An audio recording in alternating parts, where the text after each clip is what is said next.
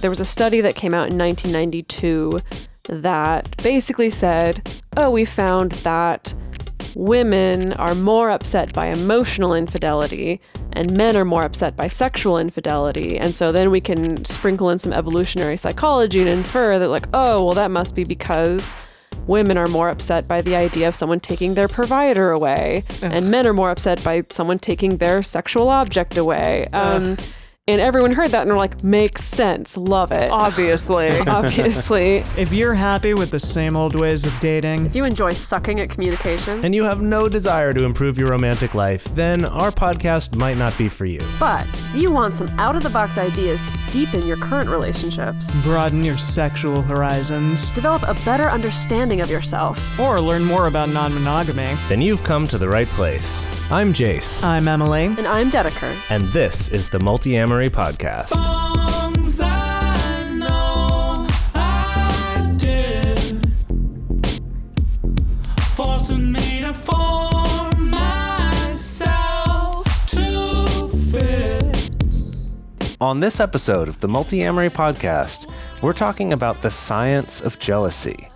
Jealousy comes up in all kinds of situations and in all kinds of relationships, but in this episode, we're actually going to be looking at some research out there and kind of what's actually going on under the hood of your Your human vehicle. emotional car. Yeah. Yes. Your emotional car. If you Yeah. had an Car emotional car, person. what would it be? Ooh. Like a DeLorean or something. Really? Wow. Looks really cool, Justify but breaks that. down all the time. Oh, come on. You are such a cancer. Oh my goodness, okay, I'm sold so quickly. Such a cancer. Wow. You really are a cancer. Yeah.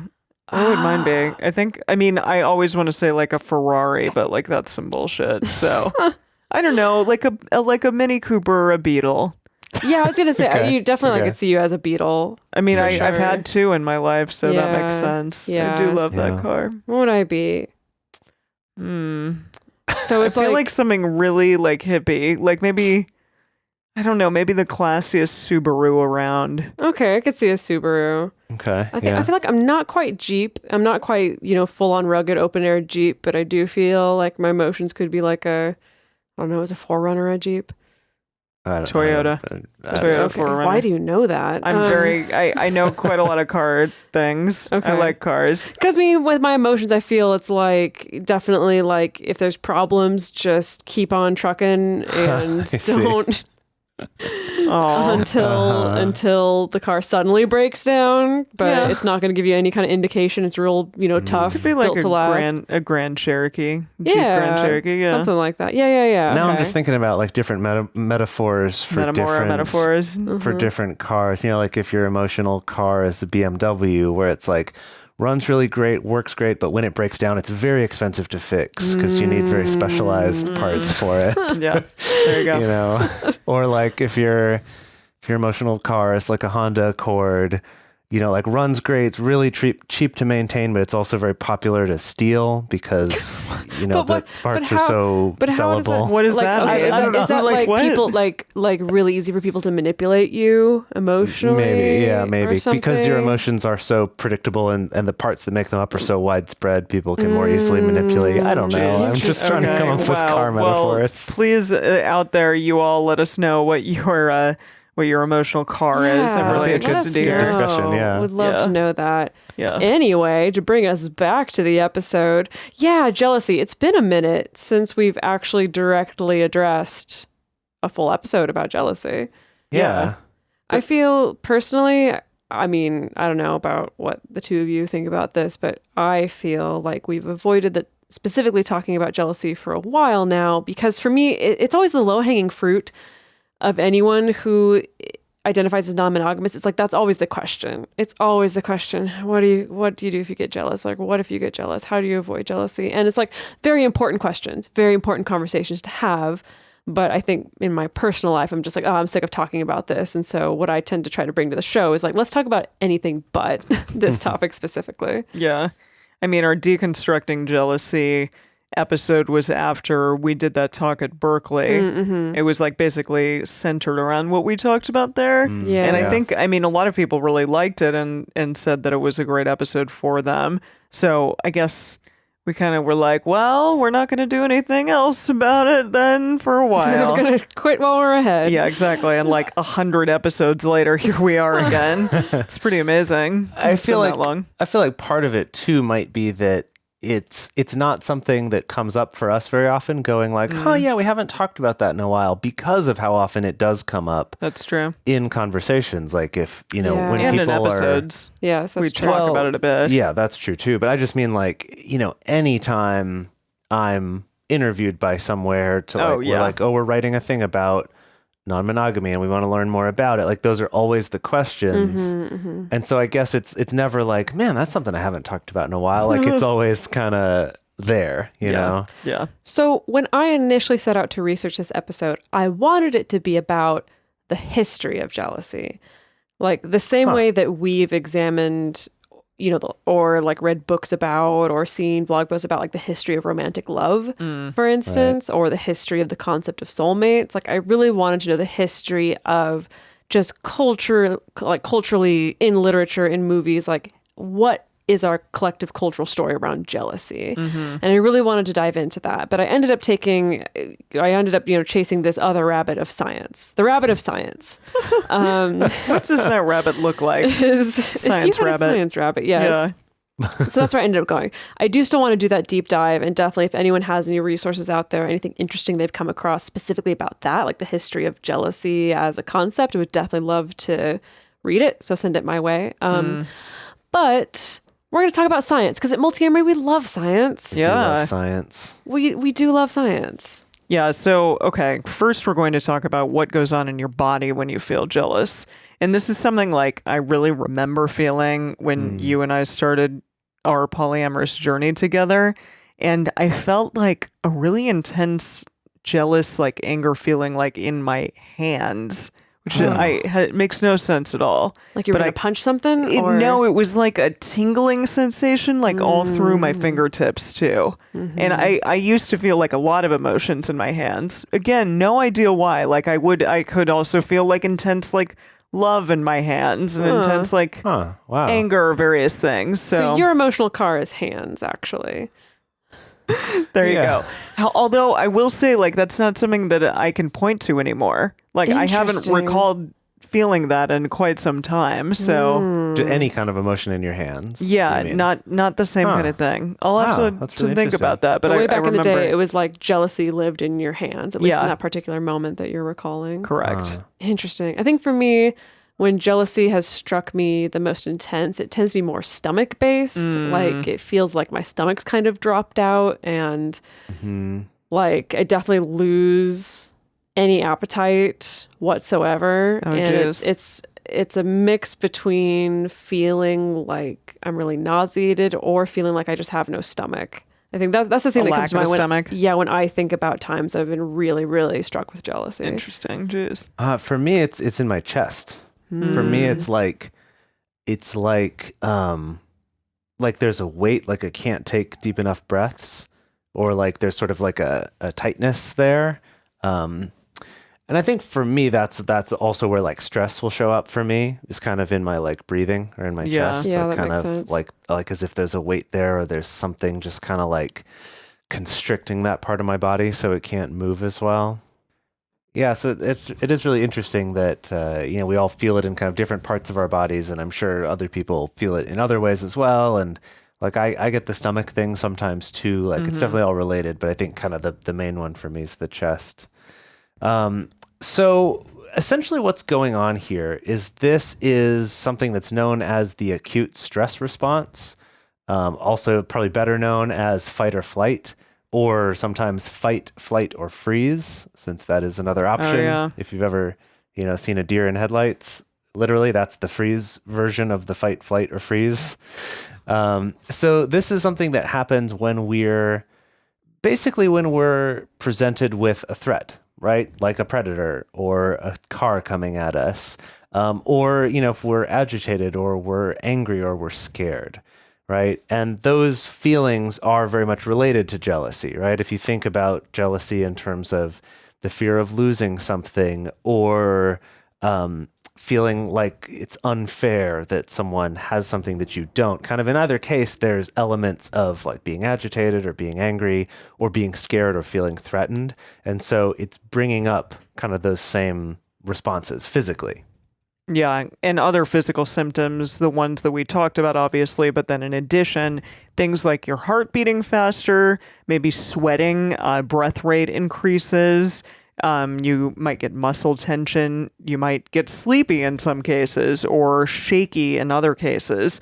You might have things like butterflies in your stomach or a sinking feeling in your stomach, and that can happen because blood and oxygen are being redirected, which is really interesting. Also, the other really awful one is that sometimes your sphincter muscles loosen? Well, so the idea is that, if your body's preparing to protect you from a threat, it's redirecting all of its resources to the things that it thinks that you're going to need, like your muscles so that you can be ready to run, or increasing your the rate that you're breathing or your heartbeat so that you can pump your blood better and you can get oxygenated faster. But that means it's shutting down other parts of your body that are not like needed. Your peripheral vision, for example. Yes, your peripheral vision, like your stomach, your digestion shuts down.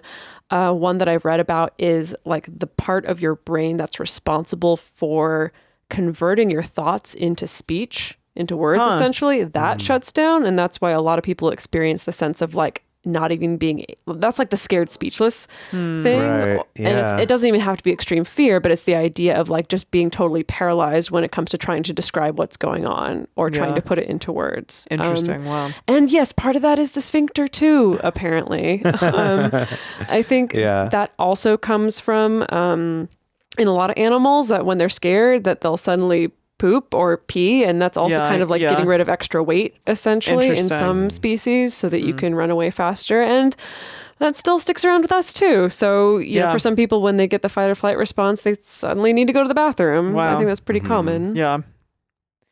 Right. So, and it's not just the physical symptoms, but of course, like in your brain as well. So like I mentioned, where, that section of your brain that's responsible for converting your thoughts into words shuts down.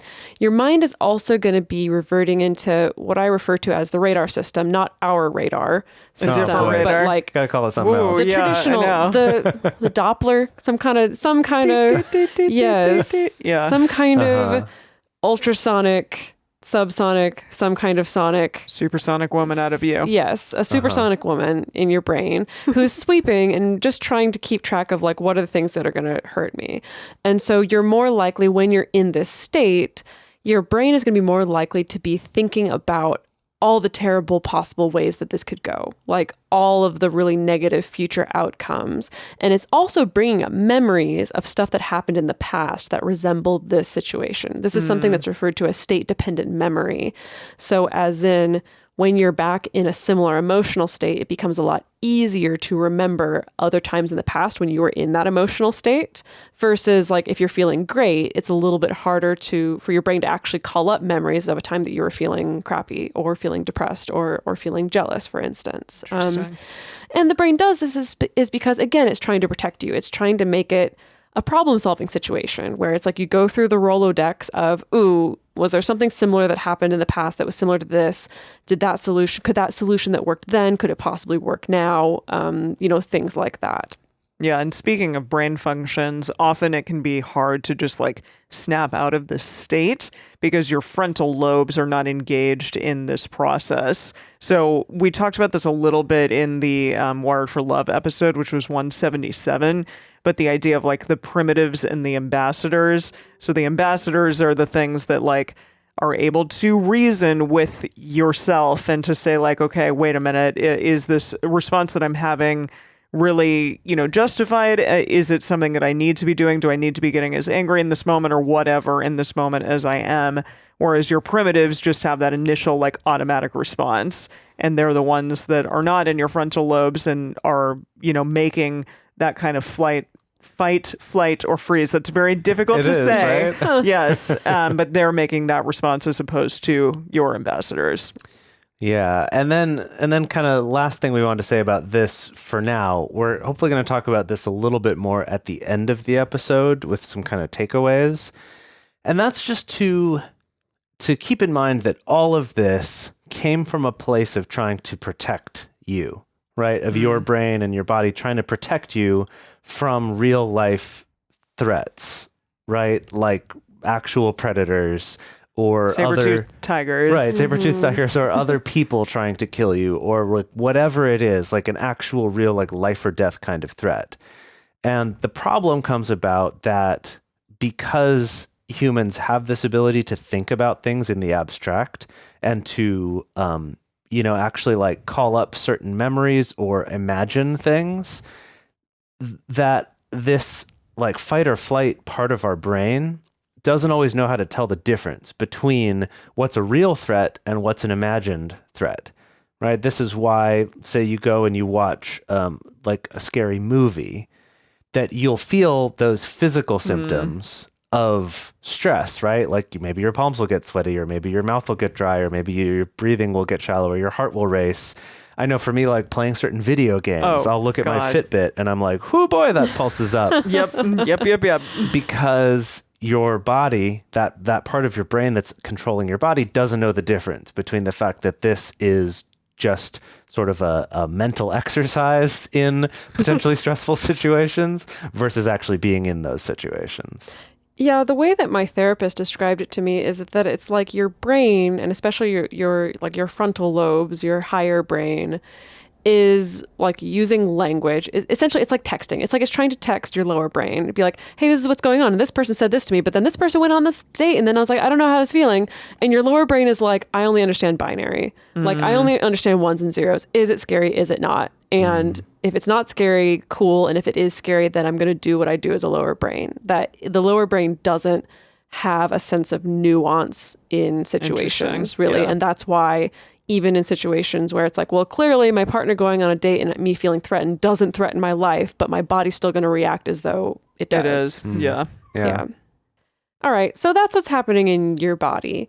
But I really wanted to dive a little bit deeper into like, but like what's going on in the brain and like, why is this happening in the brain? And I went really far down the rabbit hole of jealousy research. And I really quickly found out there's a lot of jealousy research, but there's a lot of problems with jealousy research. Yep. And I had to spend a lot of time researching to kind of find the stuff that was actually answering the questions that I wanted. And so I'm just going to break down a couple of the recurring things that comes up in a lot of jealousy research that is maybe a little bit difficult. It was definitely difficult for me. And the first one is what's known as the JSIM or the JSIM model.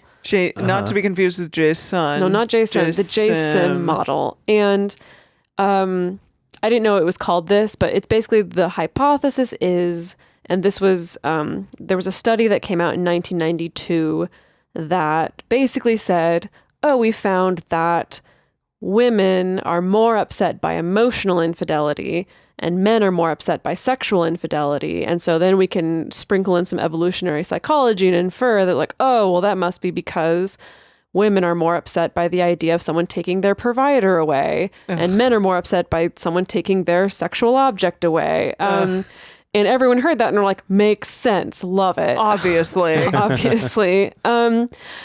And I first even heard that hypothesis from a friend of mine. It wasn't even in the scientific journal. It's just a friend of mine being like, this is a thing, this is a fact. And being like, I learned about it in psych class in college. Really? Yeah. No, like that's just as if that's how it goes. Yeah. Well, and so the thing is, this was first published in 1992, and it has been controversial since then. I realized in researching this that in the academic and scientific communities, it wasn't like people were like, okay, great, that's a fact now. It was controversial because since 1992, there have been countless studies showing that there actually isn't much of a gender difference in the experience of jealousy. Since 92, and yet like Dr. Drew, I swear, recently on a podcast that I listened to that had him on it, said like essentially Basically the same that. thing. Yeah. Yeah. It was like, well, but women have a harder time with emotional, infidelity Right. or just they're more interested in emotions and men are more interested in Well, sex. yes, it just obviously. so perfectly fits into our already established cultural stories Yeah. about men and women of like, Yeah. oh yeah, those emotional ladies and those horn dog dudes. Exactly. You know, they're like, so Right. it totally why would we makes sense. question this? Yeah. And Yeah. it's like even in the academic research, even researchers are still trying to puzzle over why did this one study produce that result when And there was been, it just one? It was just one, and then I'm pretty sure everybody it was jumped just on that one. bandwagon. Yeah, and why Tips. have there been so many more studies that have disproven that? And like, why did they get that result? Some people have theorized that, oh, maybe it has to do with intensity of emotion in general, that's the difference between the genders that they surveyed. Like, I don't know. I remember I also heard a hypothesis that it had to do with men or women being conditioned to be better at imagining certain situations. Right, I remember that too. So there's like lots of different explanations for it, but the point is that it's been shown to not actually be true. That's not I necessarily think true. there's been some studies that have found that no, actually both men and women are just generally more upset by emotional infidelity than sexual. And so they're similar in that way. Other studies have shown, it's just infidelity in general is upsetting to people across the board. And of course there's variations in how upset people get, but it's not really split among gender lines necessarily is what they found. Yeah. And does this next quote come from the exact same study? No, so the quote that's here comes from this book on jealousy that was published in 2010 by Dr. Christine Harris, who is specifically like an emotion researcher, and she published a book specifically about jealousy and jealousy research, and how evolutionary psychology theories play into that. Yeah. And she said that ancient humans might not have been as nuclear family-esque as people often assume. I mean, which makes sense. Like, they were tribal cultures.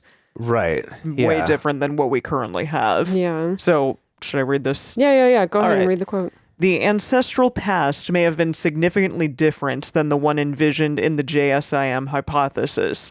In fact, very little is known for certain regarding the socio-cultural environment in which humans evolved.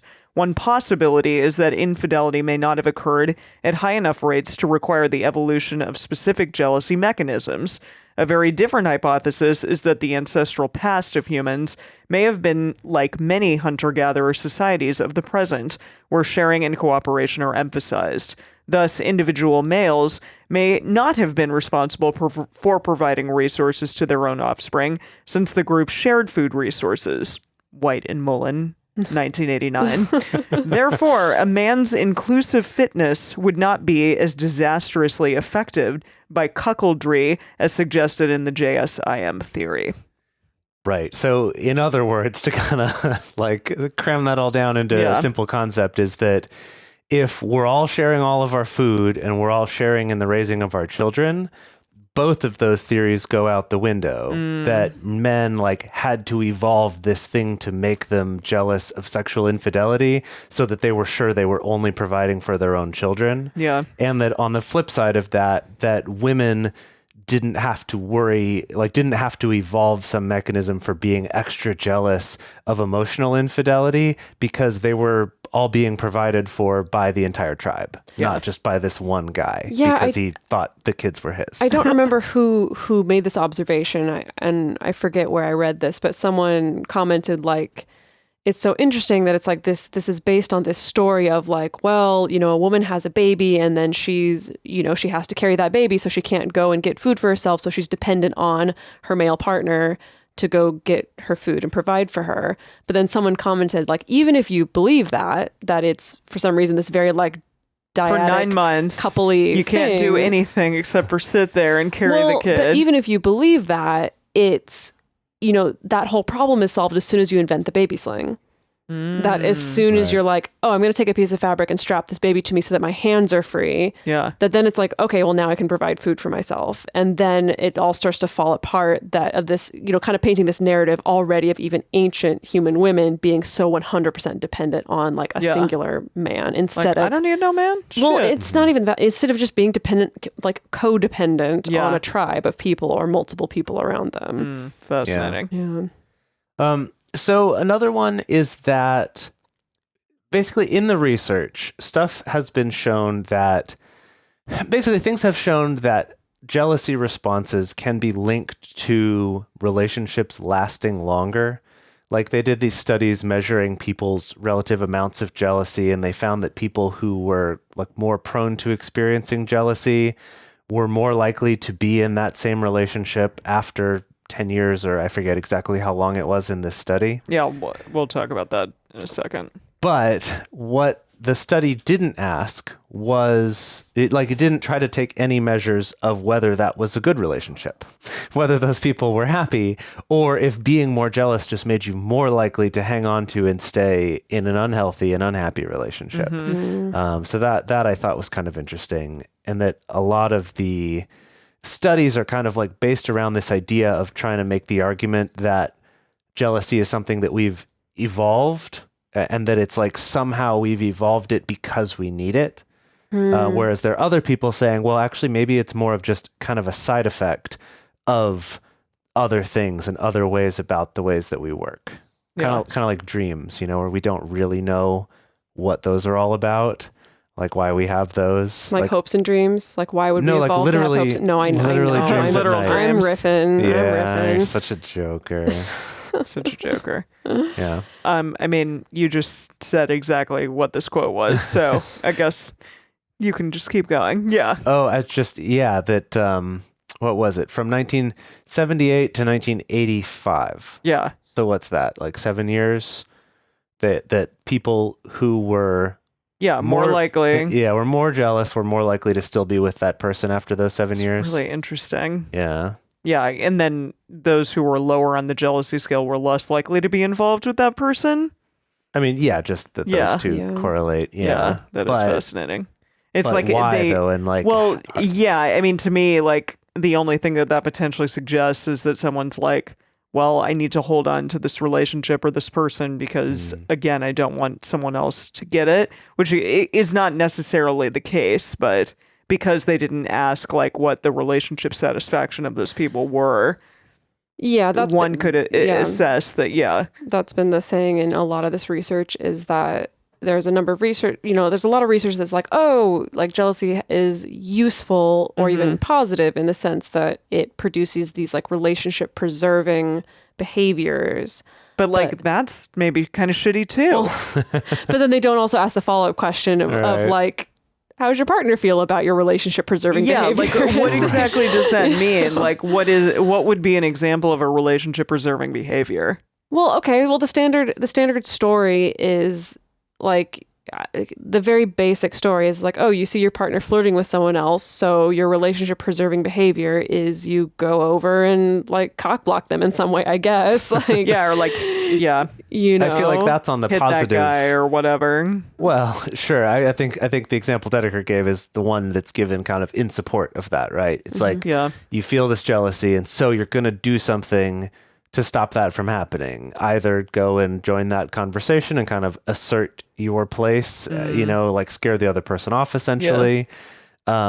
Which I guess, scientists could view that as like, oh, that's a, positive thing. It's like alerts you to keep an eye on your partner. It's very problematic. It's all problematic. But on the very negative side of it is that extreme jealousy leads to things like keeping your partner isolated from their friends and from other family people, and right? Essentially leading to abuse. Yeah. That like both of those are mechanisms that you could say do serve a purpose of preserving the length of that relationship. Yeah. But at what cost in either situation is very different from the other. Yeah. Definitely. Yeah. So you were talking about attachment theory when we were discussing this episode. And how do you think that this all like correlates to attachment theory? Because we've spoken about that at length. Well, I think we could even do even more episodes about it, but we have talked about it in various episodes. Yeah, I just wanted to bring it up because in another one of these papers that we read, this one was by Harris Darby, I believe. This one was kind of Christine R. Harris and Ryan S. Darby. There we go. Two different last names. That they sort of did this long kind of review of all of the research that's out there about jealousy in 2010 when they wrote this, I believe. Kind of trying to put that together and kind of reconcile some of the different findings, the different studies have found. And when it came to attachment theory, that's often brought up in relation to jealousy. And, go listen to our episodes where we've talked about attachment theory for more about that. But what I thought was interesting was specifically looking at people who are securely attached. So those people tend to have a fairly good opinion of themselves and also a fairly good opinion of other people. Like they're more likely to be trusting, less likely to constantly be worrying about the state of their relationships. And so some studies have hypothesized and then gone to show that securely attached people are less likely to feel jealousy. Like when imagining certain situations, they'll report lower levels of imagined jealousy about that situation. But then in other studies, they had shown that securely attached people were more likely to react angrily, like to react with jealous anger. That's really interesting. Yeah, and I guess they were trying to make the case that somehow these securely attached people are just more likely to have like a good, strongly evolved relationship preserving mechanism or something like that. That's really the interesting. hypothesis And for kind of why icky. is weird and a little icky. Yeah, because when I think of a securely attached person, I do not think of a jealous person. And I don't think of an angry person either. No, totally. Yeah. I think of someone who has like a good handle on those emotions. Well, I think that the recurring theme here is that I feel like culturally and socially, we're always riding like this line between, do we think jealousy is a healthy thing that comes up in relationships and is an admirable thing versus do we think it's not so much of an admirable thing? And I feel like even anecdotally, just talking to people on the street, I feel like it goes both ways. Like there are some people who are like, seriously, if my partner's jealous, like that's a huge turnoff. Like I'm really not into it. And then I also feel like I talk to the equal amount of people who are like, if my partner doesn't act jealous, then I'd be worried. Yeah. You know, or kind of equating jealousy with love or attachment to a certain extent. And so I do feel like the fact that we're seeing this in the wide array of studies and surveys, I think that does reflect in the general population as well. Yeah, can I read these two quotes that were at the top of this Sure. this thing that Harris and Darby put together? Harris Darby. They put these two quotes at the top, which I thought was great. One quote goes, "If you have not experienced jealousy, you have not loved." And the second one is jealousy, that dragon which slays love under the pretense of keeping it alive. Oh, it's kind of like two sides of the same coin. Exactly. Yeah, that they that's started really this whole thing interesting. showing how like, and these are, St. Augustine and Havelock Ellis, like both, well-known philosophers or whatever you would call them, that come down on very different sides of this. So yeah, I love that they showed that like right at the start of this article. Well, and I suppose like that, yes, usually if you are in a relationship at some point, you will feel jealous. And that's not necessarily a bad thing, but it's something to at least be aware of and be aware of like how it can potentially make your relationship not good Yeah. and to think about that. Yeah. Okay, so now we're going to get into what I personally think is the really interesting stuff. As I poured through all these studies and all these different opinions and all these different like surveys and papers and journal articles, I found this one survey, and the results of which were published in 2017 in the Frontiers of Psychology journal. And the title of the article is pretty on the nose. It's The Evolutionary Psychology of Envy and Jealousy. And now, even though the phrase evolutionary psychology is in the title, the article itself is actually quite critical of evolutionary psychology itself, which I think is what got me to actually keep reading, because I've also become quite critical of evolutionary psychology in recent years. Understandably. Yeah, we're going to talk more about that in the bonus content. But Yeah. anyway, they were trying to figure out, how does our jealous and envy, like our jealousy and envy responses, like how do they tick? How do they work? Like what motivates them essentially? Because, the standard explanation for why this kind of nuanced emotion would have evolved is it's like, well, someone has something that you want. And so, you need to go and take it. It motivates you to go and take it or to get it for yourself or something like that. Like, it's motivating you to preserve the relationship in some way. But the findings that they found from this survey were actually really, really fascinating. Yeah. So one of those findings is that we tend to be more envious or jealous of someone who's similar to us, but doing a little bit better. So like rather than someone who's doing like way, way better than us. So if we have a neighbor or a friend or someone out there who's doing, slightly better than we are in their, in their job, like they're making a little bit more money than we are, then we tend to be more jealous of them than we would be of someone like Bill Gates or Jeff Bezos. That dick. Yeah. Right. So our sense of envy and jealousy correlates to how relatable or attainable we feel that the other person's situation is.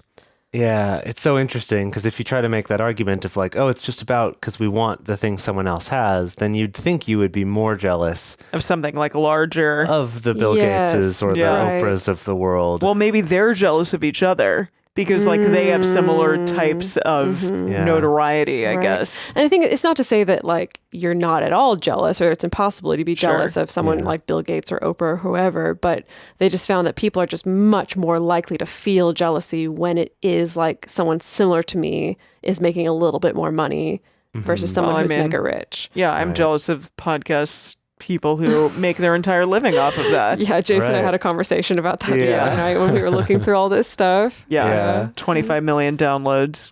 Gosh. Yeah, so what's interesting is something similar to that is like kind of being that will be more jealous of someone, say like a coworker at work who you feel like works just about as hard as you, is pretty much a peer to you, and they get a promotion. You're probably going to be much more jealous of that than someone who's just better than you, right? Maybe they work way harder than you and they get the promotion, or they're way more skilled or something. When they get that promotion, it's more likely to move into admiration. Yeah, that's and like, really wow, that interesting. person's great. They really deserved that. Maybe, I wish I was more like them, but it's not kind of that same like, what the, just life is so unfair. Like, why did they get that thing and I didn't? Yeah. Right? There's like a different quality to it.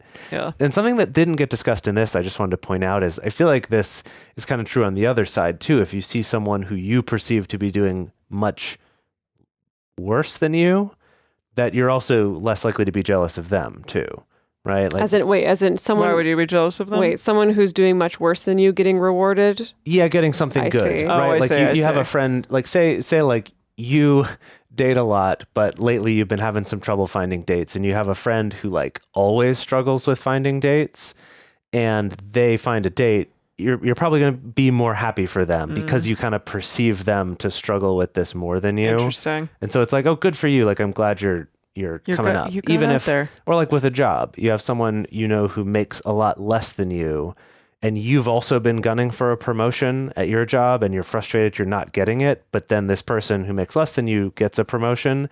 You're still more likely to feel positive about like, oh, that's great. I'm glad that's working for you. I hope it will for me too. Yeah. As opposed to someone similar to you or just slightly above you being like, oh, why couldn't that be me? Yeah. So I think it's kind of interesting on both sides. Yeah, that's like once you interesting. move out of your Right. immediate peer group, that's where it becomes an issue. Right. Now I'm going to throw one more log on the fire here. Ooh. You and your more Well, metaphors. this is just a little bit mind-blowing to me, and yet it makes perfect sense. So they found that we're more likely to feel envy or jealousy of someone who has what we want, regardless of whether they are happy or not.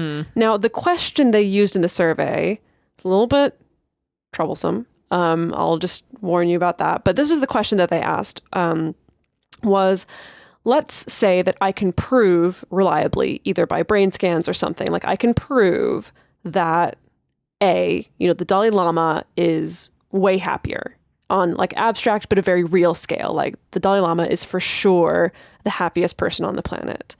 Really? I mean, okay. Like this is a hypothetical. Hypothetical, yeah. Okay, Let's say okay. I could prove that the Dalai Lama is extremely happy. Okay. Do you feel more jealous of him, or do you feel more jealous of someone like, say, Hugh Hefner, who has just like a ton of money, really nice house, limitless access to attractive women, but we can't tell whether he's happy or not? Well, he's no longer with us. Well, Emily, you got to come This was along the with me. example they This is used the in example their they study. used. It's called a hypothetical. I don't Anyway, know. That's a they good question. found that people were just way more jealous of Hugh Hefner than they were of the Dalai Lama, even when there's, a concrete way of proving like, yeah, this person's much happier. And I think it makes perfect sense because, we look at so many people who are rich, who are attractive, who are well off, who have everything they need, but are absolutely miserable, and yet we still envy their lives anyway. We've seen that's a great time and point. time and time and time again that the traditional hallmarks of success do not necessarily equal life satisfaction or contentment. I mean, look at how many celebrities and how many people who are well off who kill themselves or who struggle from depression. It's like so clear, and yet we still are more likely to feel envious of them anyway. Yeah. More than we would of someone who maybe is very poor or not very well off, but who is for sure happy. Yeah. And that's money really- doesn't buy happiness. Yes, Clearly. but we don't actually believe that in our emotional car. I know. Like, Our emotional car doesn't believe our that. emotional car isn't hearing it. That's what the name of Right. this episode should be. The emotional car. People will be like, what? We're not, it's like there's some part of it that is not actually pursuing happiness or peace or satisfaction, Yeah. That's what I think is really interesting. Yeah. This next one, I had a little bit of a hard time wrapping my brain around, but I understand what you're saying here, Dedeker. That, okay, if there were repeated examples of being jealous, not of the final level of intense pleasure or happiness, but of someone having access to and only slightly enjoying something for which you have a modest desire for and will only modestly enjoy, but you don't have access to. Does that make sense? So, yeah. So if somebody has access to something that you kind of sort of want and you don't, and they get it, and you don't even know if they really care about it or want it or not, you will still be jealous of that. Right. That you're more likely to be jealous of those things than it's kind of similar it's kind to of the like barrier that it's to not even entry. It's like if somebody out there has access to a Ferrari and or a Tesla. I have a friend who has a Tesla 3 and I'm like, I don't know if I would actually be much happier having a Tesla 3 than my Fiat, but I want it. I definitely want it and I am jealous of it. So even though I don't know if she's happier having it either. Right. So It's kind of similar to the last one. Yeah. That it's really not so much about the happiness that they get from it or the happiness you would get from it, Yeah. but just the fact that they have a thing that you can't. Yeah. We all want things that the grass is Yeah, always greener. Exactly. Yeah. Exactly. Yeah.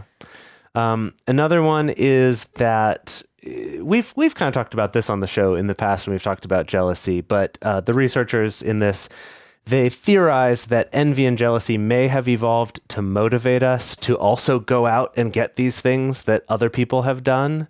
And I suppose you could see in that way that makes sense, that if jealousy, if the purpose of jealousy was to help you be motivated to go get things that you didn't have, to work harder for those things or to achieve them, that then it makes sense that you would feel that more strongly for things that seem more attainable.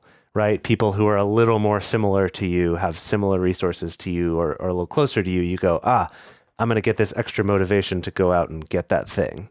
That makes sense, as opposed to someone who's just so far out of your reach that it's like, well, what's the evolutionary point of being really motivated to go after this thing that seems so far off in the future? Right. This is an interesting thing that they covered in this survey is...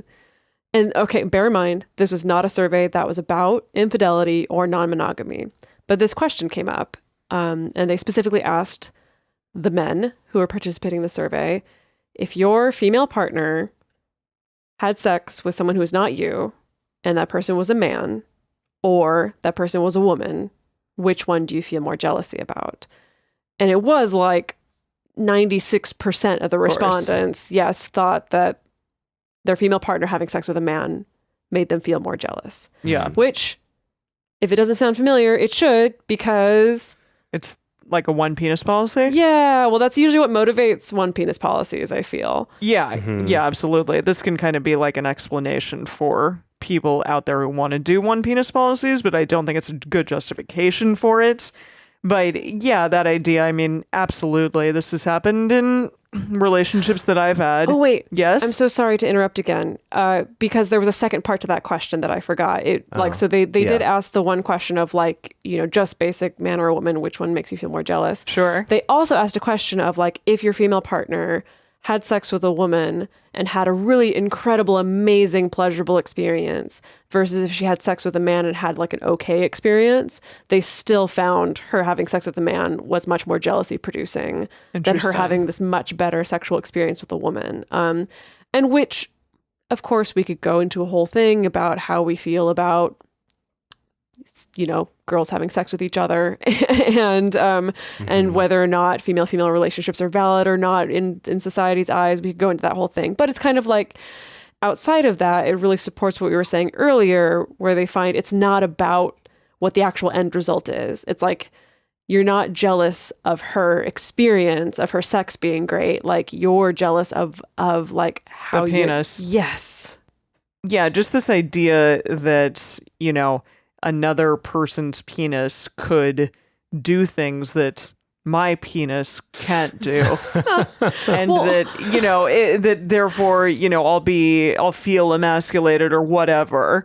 I think that has come up in a lot of conversations that I've had with people over the years about, dating men or women, or people just being like, yeah, I'm fine with, my female partner having sex with, other people who identify as women, but not men. No, that I wouldn't be okay with. Well, okay, but often it isn't even that expansive of I'm comfortable with my female partner dating other people who identify as women. Often it's much more specific. You're of like, right. I'm Who only have a okay vagina. if this other person has a vagina. Yeah. Like I'm not okay if this person has a penis. I don't care You're what their right. gender identity is. Yeah, you're absolutely right. If I can kind of loop this back and relate it to the first sets of studies that we were talking about. So this one here is talking about jealousy and envy, and it's kind of asking questions, trying to tease out like what is it really about when we say we want what other people have, or we want the happiness that other people have, and kind of showing here like them being more similar to us makes it more threatening, that their happiness really has nothing to do with it. It's just them having access to something that we don't. But if we look at the other studies about jealousy, which focus more on the type of jealousy that's like fear of losing a relationship, like we talked about with what would be an example, like like with your caregiver giving attention to someone else, like that kind of jealousy, or a romantic partner being interested in someone else and showing that jealousy helped make these relationships last longer by like reacting to those threats, or like driving you to react to those threats. That I think that people would make the argument like, oh, well, that's what's happening here. It's not about whether she's having a good time with this other man or this other woman, like, or that she's having a much better time with this woman than with a man. But it really comes down to this idea that I perceive the threat of this other man as a more real threat to losing my relationship. In this case, I think it's not so much about gaining, but it's still problematic in a similar way of saying, well, why is it that you are evaluating this person as like a real threat, whereas you're evaluating this woman as not a real threat? Yeah. And that does go back kind of in the same way to a lot of this like very ingrained, very unexamined sexism that we have, in our society that we're taught. Well, there's a lot of that. Yeah. Just all over the place. Just all over. It's like roadkill. Yeah. Really. Got to dodge it with your emotional car. Yeah. Well, I see. We're bringing back the car metaphor. That's good. Yeah. So with all of this, what are some takeaways? What can we like gain and put in our emotional cars so that our emotional car is like the savviest, awesomest, fastest? Right. Like better shocks. Yeah. Make sure More we like cylinders? clean out our carburetors or fuel injectors or whatever things. Change your alternators. I've had some of those go out on me. There you go. It's always impressive to me that like you knew how to like change your own oil. That's you changed my oil a couple times, which was Yeah. Hugely. Oh my gosh. Good God.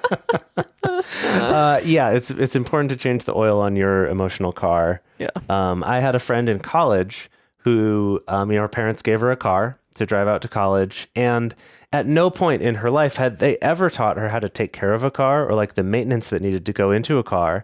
She didn't know you had to get your oil changed because no one had taught her that. Oh my God. dear. And after like a year, her car just completely locked up and was totaled because she'd never put oil in it and never gotten it changed. But like, you got to learn I these need things. to get my oil changed. Yeah. But I'm going to double up now. No, but Anyway, yeah. yikes. So it's important to understand at least a little bit about how your emotional car works so you can do some of this maintenance. So you don't lock up and, are totaled. Right. Okay. So something that can actually be very helpful about these studies is just realizing that these things are happening inside of us and that we do have these tendencies. Like with a lot of psychological studies and things like that, people can get very discouraged by them because they'll learn about something like cognitive dissonance or about these studies about jealousy and just go, well, fuck, I'm damned to just do these terrible things and always have these assumptions. Oh. And rather than looking at this and going, okay, if I understand that these things, like that I do probably naturally have a tendency to react in these certain ways and that it's probably coming from these certain things, that actually empowers you to be able to do stuff to change that. Yeah. Right. Through changing your thinking or through just kind of remembering that or becoming aware of it. Yeah. Like the whole knowledge is power, the more you know.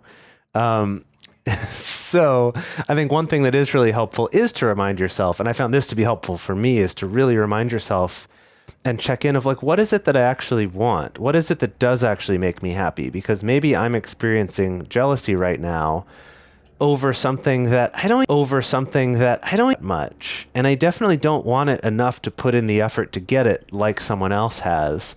And for me, at least, a lot of the time, just having that realization really helps take the edge off. Like, for example, if I have a partner who's going on a lot of first dates, and I could feel jealous of that, when I think about it, I'm like, you know what? I really don't want to take time for that right now. That's not really what I'm looking for right now.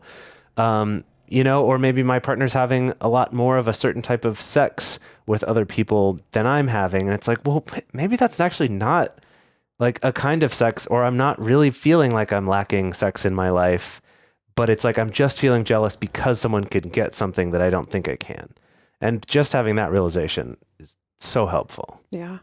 I think learning about all this and reading about all this is just so fascinating. And I think the main takeaway for me and that I would want to impart to other people is that like, it's not wrong. First of all, it's not wrong to feel jealousy. Like, it's not wrong to feel these things. It's a thing, like it's there for a reason. It's part of our nervous system. Again, it's part of this whole complicated system that is protecting us. And it's okay that you feel something and your feelings are not necessarily facts. It's, like just because you feel this way, it doesn't, you feel, like in Jace's situation where it's like maybe you feel jealous that your partner's going on a bunch of first dates with a bunch of different people, that you don't have to jump straight to, oh, that must mean that's what I want, so I have to pursue that too. Maybe after you examine it, you do realize, hey, actually, it would be kind of fun to go on a first date. So maybe I do feel motivated to put in the effort for that. But maybe upon examination, you realize, actually, no. Actually, I'm kind of glad. I don't want that at all. Yeah, being able to have my time. And so it's okay. Just put a critical eye on your own feelings and on your own thoughts, and that'll serve you. Yeah. And when you're going through these emotions, understand that they're, biological responses to a degree. So you can thank your brain and your body and your nervous system for doing things that they were meant to do. Because again, your body is just trying to make sure that you're safe. And even if it's not like putting a lot of thought into why, or if that's, a valid concern at that present moment, it still is doing the thing that it's meant to do. And so, it's okay from time to time, instead of getting angry at yourself, like, oh, why am I so pissed off right now? Or, oh, why am I so sad right now? Or why do I feel jealousy, or whatever it is, to be like, hey, like, I'm having a biological response. It's going to be okay. Thank you, body, for doing that. I'm good, really. But you can calm down. But thank you for taking the time to do what it's meant to do. Yeah, I love that. Like just that, like it's not because you're broken. Yeah. You know, it's just like, Something no, this to is learn over the years for sure. Yeah, I think like- from all of us. your body's just trying to take care of you. It's just Yeah. doing its best. You know, your brain It is knows trying what to you take need. care of you, and it doesn't always do the best job of it, but it's trying real hard. And just I think just accepting that can be so good. And then another one that this came up in one of the other studies here is that there have been studies showing that our perceptions and our reactions to jealousy situations does really change depending on kind of the status and the relationships between all the people involved. And so in these studies, they've shown that, children as young as like 6 months old will express jealousy, essentially, of their caregiver giving attention to someone else over them. And so that's part of that argument of like, well, jealousy is this, it's this evolved thing that helps us to get the care and the connections that we need. But what's interesting about it is they found that as early as 4 years old, we start changing our understanding of these threats. And so in the example here, which is from a 93 study by, Manskuch and Keenapple. Like pineapple. I just took a stab at those two there. That in this study, they found that as early as 4 years old, that children will be less jealous of their caregiver giving attention to an infant than they are to someone else who's more of a peer. The idea being that by 4 years old, they have enough understanding to see that infants need more care than toddlers do, like they are, right? They understand they need that. And so attention being given to them isn't going to be perceived with the same level of threat. And I think that if we take this knowledge to just go like, look, see, jealousy isn't something that's just fixed forever, but as we learn more about other people in the world and other people in that situation, and we kind of broaden our understanding like that infant has by the time they're 4 years old, and then continuing on as they get older, that can actually change our experience of that jealousy. And I know that I can say for personal experience, that has been the case for me in my relationships with my partner's other partners, or them going on dates or having sex with people, that at first those things, even if I was intellectually okay with them, evoked a little bit more of like an emotional, physical jealousy response or a fear response or like a competitive response, something like that. But as I've gotten to know sort of non-monogamy better, and I've gotten to know, some of my partners better, and also just kind of had more experience and kind of learned through experience and seeing Yourself like, better. well, yeah, knowing myself better and kind of seeing what things aren't actually the threats that I may have thought they were, that has changed how I actually feel about that jealousy. It doesn't mean I never feel it, but it's like the volume on that in certain situations is turned way down. And like that just because I have this different perspective. Yeah. And I think that for me reading this thing about the 4-year-olds, I was like, oh my gosh, yeah, we're all like those 4-year-olds who are just having to learn like what things aren't threats. Like it's not about learning what things are threats, but like learning what things aren't threats. I think that's a very powerful thing that we can take with us into our lives. If a 4-year-old can do it, we can all do it. Yeah, come on, everyone. Yeah. So we would love to hear from all of you what your experience has been with this. Do you have things in your life that you were jealous of that you're not now? What do you feel like changed for you about that? Or what kind of car is your jealousy? We would love to hear either one of those.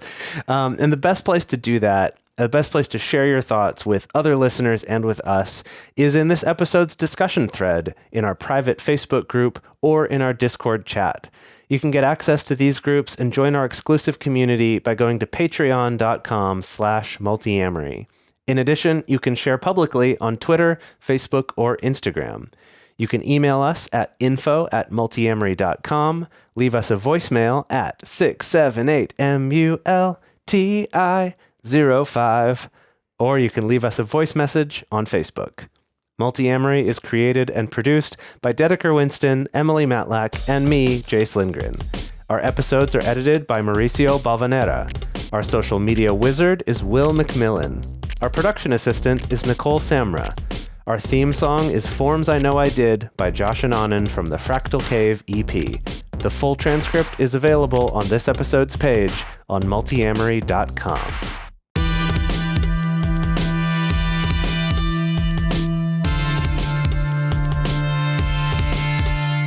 Hey, this is Dan Savage from the Savage Lovecast and Savage Love. You're listening to a Swing Set podcast at Swing Set FM.